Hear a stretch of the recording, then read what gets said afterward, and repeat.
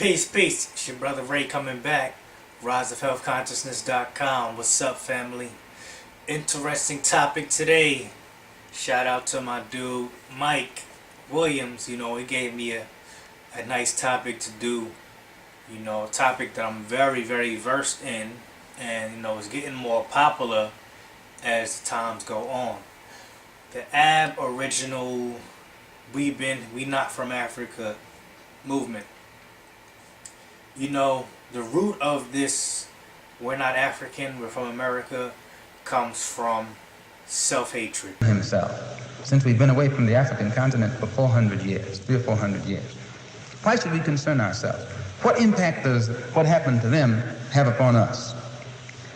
Number one, first you have to realize that up until 1959, Africa was dominated by the colonial powers, and by the colonial powers of Europe having complete control over Africa, they projected the image of Africa negatively. They projected Africa always in a negative light. Jungles, savages, cannibals, nothing civilized. And naturally, it was so negative until it was negative to you and me. And you and I began to hate it. We didn't want anybody to tell us anything about Africa, and much less call us an African. And in hating Africa and hating the African, we ended up even hating ourselves without even realizing it. Because you can't hate the roots of a tree and not hate the tree. You can't hate your origin and not end up hating yourself. You can't hate Africa and not hate yourself. And you show me one of these people over here who have been thoroughly brainwashed, who has a negative attitude toward Africa, and I'll show you one that has a negative attitude toward himself. You can't have a negative attitude toward yourself, a positive attitude toward yourself, and a negative attitude toward Africa at the same time. To the same degree that your attitude, that your understanding of and attitude toward Africa becomes positive, you'll find that your understanding of and your attitude toward yourself will also become positive. And this is what the white man knows.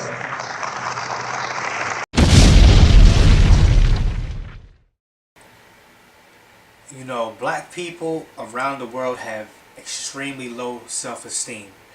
You go to Africa, 85% of the women are bleaching. You go to North America, 85% of the women have wigs and weaves. You go, black on black violence.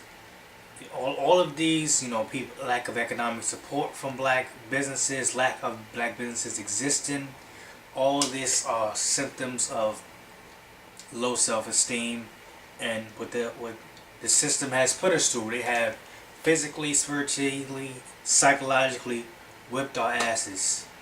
So now in North America, we 150, 160 years coming out of physical slavery. People look scrambling for an identity. You got people saying they from this tribe, they been in America, they from another planet. The confusion is there. And not to be hard on our people. You study psychological damage, you got to understand where it's coming from. But when people say they're not African, they are trying to hop on the winning team, which is America right now. Like LeBron James fans, it's the same thing. But from a rational perspective, if you see our noses, our lips, our skin color, our hair texture, it correlates to the part of the world we're from, which is West Africa. A lot of these Aboriginal and stuff teachings, Moors and all this kind of stuff is emotional. How they make them feel. It makes you feel real good when you look at the propaganda of Africa, savages in trees eating human meat, and then you see the white man, his civilization, they got the nice buildings, they got the nice cars. You want to be associated with that. But if you do a DNA test, which is simple science, I know people that did DNA tests and they told them relatives that they were related to that they never even met, and they wound up, meeting up with the people, and then they had realized, oh, this is your aunt too. Okay, we both know this person. And, DNA is real science, and the DNA overall puts a majority of African Americans, about 85%, 75 to 85% West African, 10% European, and maybe 3 to 5% Native American. And the real Native Americans are, because native means you're originally from somewhere. And African people, we came here first. If you read the book, It Came Before Columbus by Ivan Van Sertimer, it shows you that with a lot of documented evidence. He even went before Congress and dropped a lot of that information. We have been here before. There's another book, Cocaine Mummies. I don't know if that's the name of the book, but it talks about how some of the mummies had cocaine in their systems, which shows the African kings from Kemet came over here. So we have been coming over here, but we wouldn't be this color. We wouldn't have these type of features, the hair texture that correlates with, you know, part of West Africa and Southern Central Africa if we weren't from that part of the planet. But like I said, you know, it's confusion, people low self-esteem, people scrambling for an identity, you know. And if you break down the words Africa, a lot of people say Africa is the white man's name, but Scipio Africanus, when they conquered the part of Africa where Hannibal was from, they took on his name.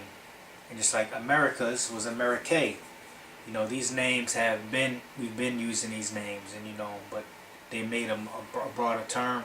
So when you say you're not African, you're basically cutting yourself off from all African history. I'm sure none of you who say you're Aboriginal can even name a black American person before slavery.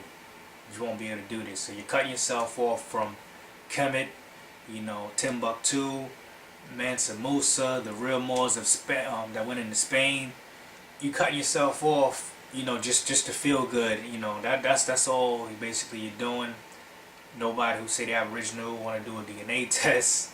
You know, my homeboy, this is not even to argue with people, because, you know, logic is reached at a certain part of the brain and emotions is reached at a certain part of the brain. So when you're spitting facts, logic, and reason to somebody who's coming from an emotional perspective, you can never reach them. You're wasting time. So on that note, thanks for watching the video. Always remember, check our website, riseofhealthconsciousness.com. Peace.